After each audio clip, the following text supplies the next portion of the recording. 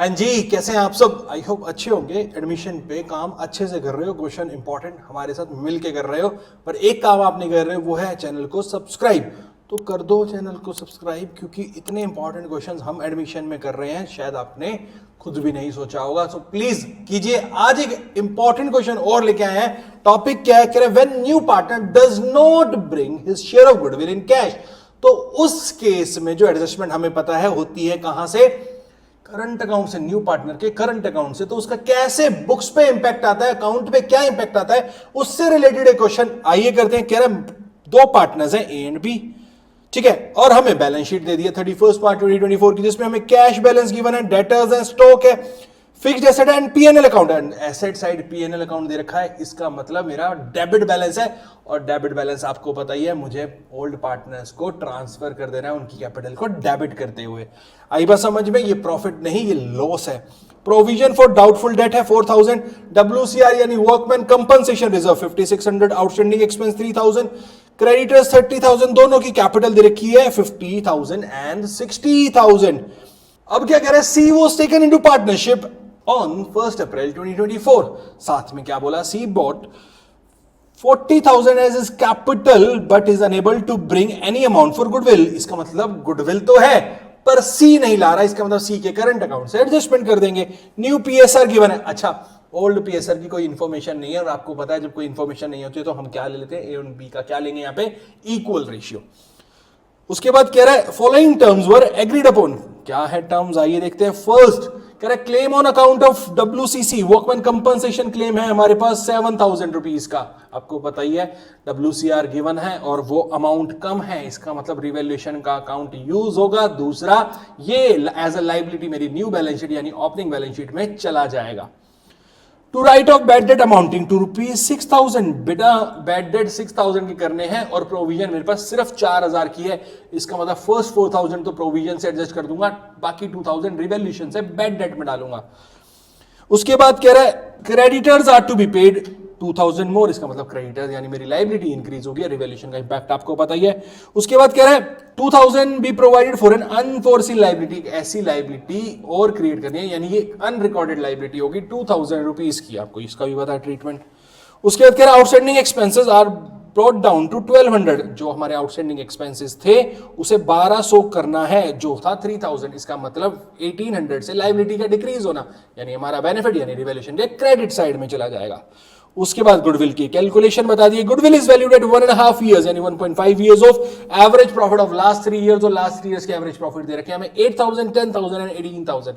उसके बाद कह रहा है prepare journal entry capital account and opening balance sheet. बेटा इसने रीवैल्यूएशन नहीं मांगा है, रिवैल्यूएशन नहीं मांगा है, बट मैं आपको एक बात बता देता हूं, रिवैल्यूएशन नहीं मांगा है तो भी आप वर्किंग नोट में रिवैल्यूएशन जरूर बनाइएगा, उससे रिलेटेड जनरल एंट्री में आपको हेल्प होगी, प्लस लॉस या गेन निकालने के लिए भी आपको हेल्प मिल जाएगी।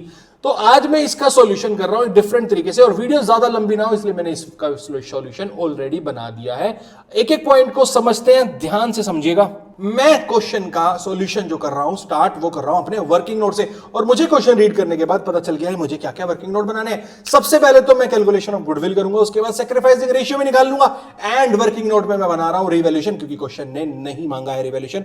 तो बात करते हैं कैलकुलेशन ऑफ गुडविल की। हमें पता है कि एवरेज प्रॉफिट दे दिया है, तो एवरेज प्रॉफिट निकालने के लिए हमें क्या करना पड़ेगा? 3 साल का प्रॉफिट डिवाइडेड बाय 3, 12,000 आ जाता है मेरा एवरेज प्रॉफिट। और एवरेज प्रॉफिट बेसिस पे गुडविल कैसे होती है? Average profit into number of year purchase, जो कि 1.5 दे रखा है। तो गुडविल ऑफ द फर्म आ गई मेरे पास 18,000 रुपीज, और सी का शेयर था 1/6, तो सी शेयर ऑफ गुडविल क्या हो जाएगा? 1/6 कर दूंगा ऑफ 18,000, तो 3,000 रुपीज। चलिए बात करते हैं सैक्रिफाइसिंग रेशियो की। देखो old ratio minus new ratio होता है मेरा सैक्रिफाइसिंग रेशियो, और ए और बी का इक्वल रेशियो था ओल्ड रेशियो, और न्यू रेशियो में हमें पता है 3/6 और 2/6 है। तो कैसे कैलकुलेट करते हैं सैक्रिफाइसिंग रेशियो? हम निकाल लेते हैं। देखो यहां से कैलकुलेशन के बाद मुझे पता चल रहा है कि ए ने कुछ सैक्रिफाइस नहीं किया, ना ही कोई गेन किया, न्यूट्रल है, इसका मतलब जो भी सैक्रिफाइस किया है वो बी ने किया है, और सी का जो शेयर है वो 1/6 है, तो उतना ही बी ने सैक्रिफाइस करा, वो भी आप डायरेक्ट देख सकते हैं। और 1/2 माइनस 2/6 दैट इज 1/6 आ गया मेरा शेयर सैक्रिफाइसिंग रेशियो। तो अब इसका मतलब है जो भी गुडविल सी लेके आ रहा है अपने करंट अकाउंट से, वो सिर्फ बी के कैपिटल अकाउंट में जाएगी, ए का कोई इंपैक्ट नहीं आएगा। ठीक है, और अब बात कर रहा हूं मैं रिवैल्यूएशन अकाउंट की। तो रिवैल्यूएशन अकाउंट आप बना सकते हो तो बना लेना मेरे से पहले, बट आपके सामने पेश कर रहे हैं हम आपके लिए रिवैल्यूएशन अकाउंट।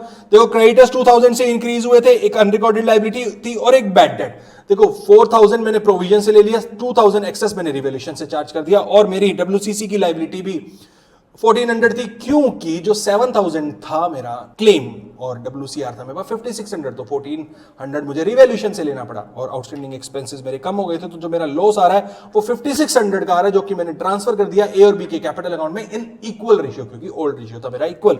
तो 2800 आ गए, ये मैंने बनाया आपके लिए वर्किंग नोट। ठीक है, आई बात समझ में। अब मेन अकाउंट में मुझे बनाने हैं capital account and opening balance sheet. तो सबसे पहले बनाते हैं कैपिटल अकाउंट और साथ में मेरे को बनानी है जनरल एंट्रीज भी करनी है। तो मैं आपके सामने कर रहा हूं कैपिटल अकाउंट की तैयारियां। देखो ओपनिंग कैपिटल्स मुझे गिवन थी, मैंने डाल दी, बाय बैलेंस भी दी। उसके बाद पीएनएल का जो लॉस था, जो पीएनएल लॉस था, प्रॉफिट एंड लॉस का मेरा जो डेबिट बैलेंस था वो मैंने राइट ऑफ कर दिया among A and be in old ratio. 4000 था, 2000 और रिवैल्यूएशन का लॉस भी मैंने यहां डाल दिया। अब बात आती है कि गुडविल का ट्रीटमेंट। गुडविल का ट्रीटमेंट था, देखो कैश में नहीं लाया था तो एंट्री क्या हो गई थी, C's current account debit to B's capital account. ठीक है, तो वो मैंने यहाँ पे वर्किंग नोट मेंशन करके कैलकुलेशन मैंने वहां पे की थी, तो 3000 डाला एंड जो सी अपनी कैपिटल लेके आया 40,000 रुपीज, उसको भी मैंने यहाँ शो कर दिया।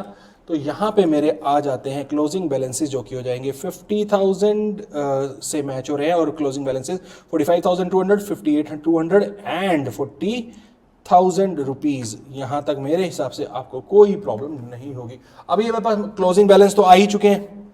अब जब क्लोजिंग बैलेंस आ चुके हैं तो बैलेंस शीट बनाने में वैसे ही कोई प्रॉब्लम नहीं है। अब एक बात बताओ, देखो कैश मेरे पास बैलेंस शीट में, ओपनिंग बैलेंस शीट बना रहा हूं तो कैश मेरे पास जो ओपनिंग बैलेंस था उसका 10,000 था और कैश की कोई और एडजस्टमेंट नहीं हुई एक्सेप्ट वन, क्या, जो सी कैपिटल लेके आया अपनी 40,000 की। तो मैं सीधा, देखो स्टेटमेंट ऑफ कैश बनाने की मुझे कोई जरूरत नहीं है, मैं सीधा उसमें 10,000 में 40 प्लस कर दूंगा तो मेरा कैश का बैलेंस हो जाएगा 50,000 रुपीज। डेटर्स 80,000 के थे, 6 का बैड डेट हो गया तो डेटर्स मेरे 74 के रह गए। स्टॉक में कोई चेंज नहीं था, फिक्स्ड एसेट में कोई चेंज नहीं था। अब सी का करंट अकाउंट, देखो ये मेरा एक एसेट है, सी अपना कैश लाया नहीं है, लाएगा। ठीक है, तो सी एक तरीके से मेरे लिए अब डेटर हो गया फॉर गुडविल अमाउंट, तो मैंने सी का करंट अकाउंट का 3,000 का बैलेंस यहां पुट कर दिया। लायबिलिटी फॉर डब्ल्यूसीसी 7,000 थी, आउटस्टैंडिंग एक्सपेंसेस मेरे घटके हो गए थे 1200, तो वो डाल दिया। अनफोर्सिन लायबिलिटी मेरी 2000 और क्रेडिटर्स में कोई चेंज नहीं था और कैपिटल के क्लोजिंग बैलेंस जैसे मैंने पुट किए तो मेरी हो जाती है बैलेंस शीट मैच। अब बात करते हैं जनरल एंट्री की। देखो जनरल एंट्री अब आपको क्या करनी है, देखो सबसे पहले तो पीएनएल की एंट्री हो जाएगी। ठीक है, उसके बाद अगर आप बात करते हो तो आपको एडजस्टमेंट जो आपने करी बैड डेट वाली वो कर देंगे। ठीक है, और आपको क्या करना है, गुडविल वाली एडजस्टमेंट करनी है, लॉस रिवैल्यूएशन का ट्रांसफर करना है, यही सब करना है। तो सबसे पहले मैंने लिया as capital account debit, B's capital account debit to PNL account 4,000 rupees, यहां तो कोई दिक्कत नहीं। उसके बाद WCR मेरा 5600 का था, रिवैल्यूएशन 1400, WCC क्योंकि 7,000 रुपीज था, तो WCR account debit, revaluation account debit to liability for WCC account. आई बात समझ में, यहां तो कोई दिक्कत, पक्का। चलिए उसके बाद बात करते हैं बैड डेट। देखो मेरे बैड डेट कितने क्यों है, मेरा लॉस कितना था, bad debt account debit to sundry debtors account 6,000 rupees, but मैं बैड डेट चार्ज कहां से कर रहा हूं, प्रोविजन से 4,000 एंड 2,000 रिवैल्यूएशन से। तो मेरी नेक्स्ट एंट्री हो जाएगी provision for doubtful debt account debit, revaluation account debit to bad debt 6,000 rupees. और इन दोनों एंट्री पे आपने देखा मैंने स्टार लगाया है, इसका मतलब एक यूनिक और अच्छा ट्रीटमेंट है, तो ध्यान रखिएगा। उसके बाद मेरे क्रेडिटर्स और अनफोर्सिन लायबिलिटीज दोनों इंक्रीज हुए, तो रिवैल्यूएशन टू क्रेडिटर और अनफोर्सिन लायबिलिटी। ठीक है, उसके बाद मैंने अपने लॉस को चार्ज कर दिया यहां से। लॉस को करने के बाद मैंने क्या किया, A capital account debit, B capital account debit to revaluation 5600 rupees and अब किया मैंने गुडविल का treatment, C's current account debit to B's capital account. ठीक है, ये हो गया मेरा गुडविल का ट्रीटमेंट और कैश जो कैपिटल आई थी वो हो गई मेरी cash account debit to C's capital. तो ये हो जाता है मेरा कंप्लीट क्वेश्चन। देखो मैंने इसको एक छोटे से मेथड से आपको सामने रखा, क्या मैंने एक तो सॉल्यूशन कर दिया जैसे आपकी ये वीडियो छोटी हो गई, दूसरा आपको कंसेप्ट पे ध्यान देना था, आपको एक इंपॉर्टेंट क्वेश्चन चाहिए था वो हमने कराया। ठीक है, तो आप प्लीज अपने क्वेश्चंस लगाइए, अच्छे से लगाइए और अपने जो भी डाउट है आप हमसे पूछ सकते हैं। आपको 110% या तो उस डाउट की कोई वीडियो मिल जाएगी या फिर उस डाउट का आपको रिप्लाई मिल जाएगा। तो प्लीज बट क्वेश्चन कीजिए, क्योंकि इतने सारे क्वेश्चन हम कर रहे हैं और आप ही के लिए कर रहे हैं। ठीक है, तो नेक्स्ट वीडियो में मिलते हैं एक नए क्वेश्चन के साथ और एक नए इंटरेस्टिंग टॉपिक वाले क्वेश्चन के साथ। ठीक है, टिल देन क्वेश्चन लगाइए।